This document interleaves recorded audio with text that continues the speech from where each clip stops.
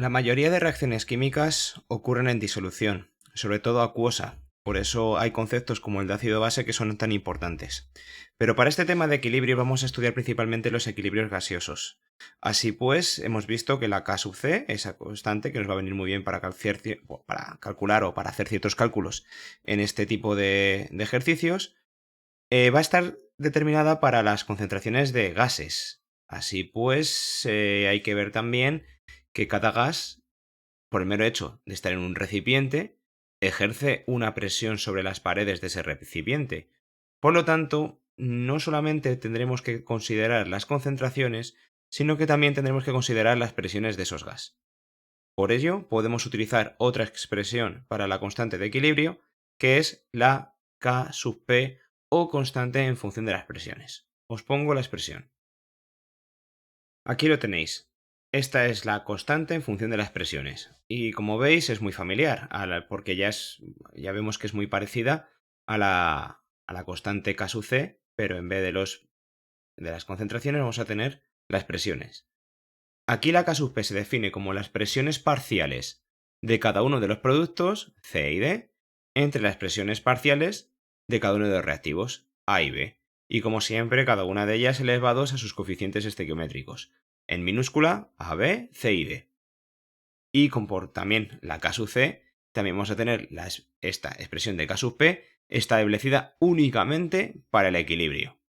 Así pues, es otra manera de volver a calcular la constante o de hacer una relación entre reactivos y productos. Si la pregunta es, ¿están relacionadas K sub C y K sub P? La respuesta es sí. ¿Y cómo están relacionadas? Bueno, pues es lo que vamos a ver ahora. Bien, aquí tenemos la ley de los gases ideales, la tenemos aquí expresada, como P por V igual a N por R por T. Si despejamos de ahí la presión, tenemos que la presión va a ser igual a nRT partido de V, es decir, pasando el volumen al otro lado dividiendo. Si consideramos que el número de moles partido del volumen es lo que se conoce como concentración molar, tenemos que al final la presión va a estar establecida por concentración molar por R y por T. Despejando la concentración de esa expresión, vamos a tener que la concentración va a ser igual a la presión partido RT, es decir, pasamos R y T al otro lado dividiendo. Esto lo vamos a usar en la expresión de K sub C para sustituir el valor de la concentración de cada uno de los reactivos por la presión de cada uno de los reactivos y productos respectivamente. Si sustituimos la concentración por la expresión de la presión, tenemos que la concentración de C será la presión de C partido de RT, elevado al coeficiente estequiométrico.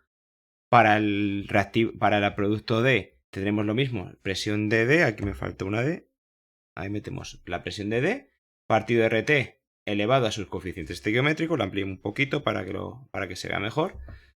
Presión de A dividido entre su coeficiente partido de RT elevado a su coeficiente estequiométrico y presión de B partido de RT elevado a su coeficiente estequiométrico. Todo esto habiendo sustituido la expresión de C es igual a presión partido de RT.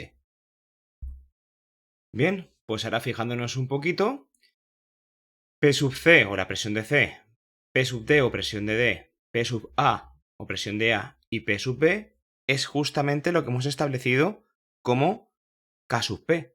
Por lo tanto, esa expresión K sub P está dentro de K sub C, de tal manera que se puede expresar de la siguiente manera.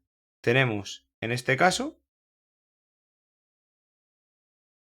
que K sub C va a ser igual a K sub P por 1 partido RT, hemos sacado P sub C fuera, P sub D también lo hemos sacado fuera, por eso nos va a quedar 1 partido RT elevado a D, P sub A lo hemos sacado fuera y P sub B también lo hemos sacado fuera. Es decir, lo que antes estaba en rojo, ahora está como K sub P porque es la propia K sub P. Y nos va a quedar 1 partido RT elevado a los coeficientes estequiométricos. Esto no es ni más ni menos que RT elevado a A y B entre RT dividido entre C y D. Si yo me fijo en los coeficientes estequiométricos C, D y A y B, observo que A y B, asociados a RT, están en el denominador del denominador. Por lo tanto, cuando yo los extraiga fuera como factor común, van a estar como positivo. O sea, tenemos que tener en cuenta que están dividiendo al denominador. Por lo tanto, va a suponer como numerador. Es decir, A y B van a estar como coeficientes positivos y C y D, que son de los productos, van a estar en este caso en negativo, porque van a estar en el denominador del numerador. Por lo tanto, me queda esta expresión. K sub C es igual a K sub P por RT elevado a más B menos C menos D. Esto conlleva a que si A y B son los coeficientes estequiométricos de los reactivos y C y D el de los productos, esto va a ser justamente lo contrario a la variación del número de moles, es decir, menos variación del número de moles, porque sería, en vez de productos menos reactivos, pues reactivos menos productos. Y eso es lo que sería un poco la relación entre K sub C y K sub P. Pero si quiero despejar K sub P de aquí, y que me quede una expresión para calcular K sub P a partir de K sub C, lo que tendré que despejar justamente va a ser RT elevado a la variación del número de moles. Y como la variación del número de moles está en un exponente negativo, al pasarlo al otro lado, va a pasarlo como positivo, ya que un exponente negativo es como si estuviera elevado a un exponente positivo, pero en el denominador. De tal manera que os lo pongo matemáticamente para que lo veáis mejor.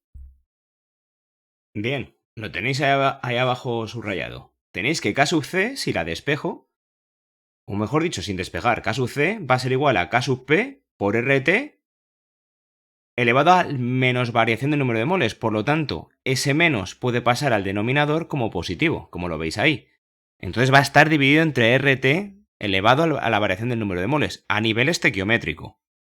Si lo pasamos al otro lado, multiplicando, me va a quedar K sub P despejada, y me va a quedar que K sub P va a ser igual a K sub C por RT elevado a la variación del número de moles.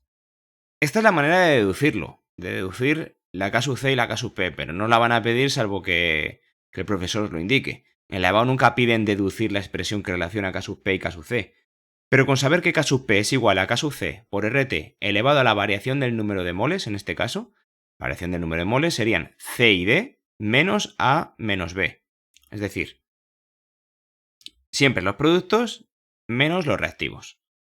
Con eso podíamos calcular la K sub P sabiendo únicamente el valor de K sub C.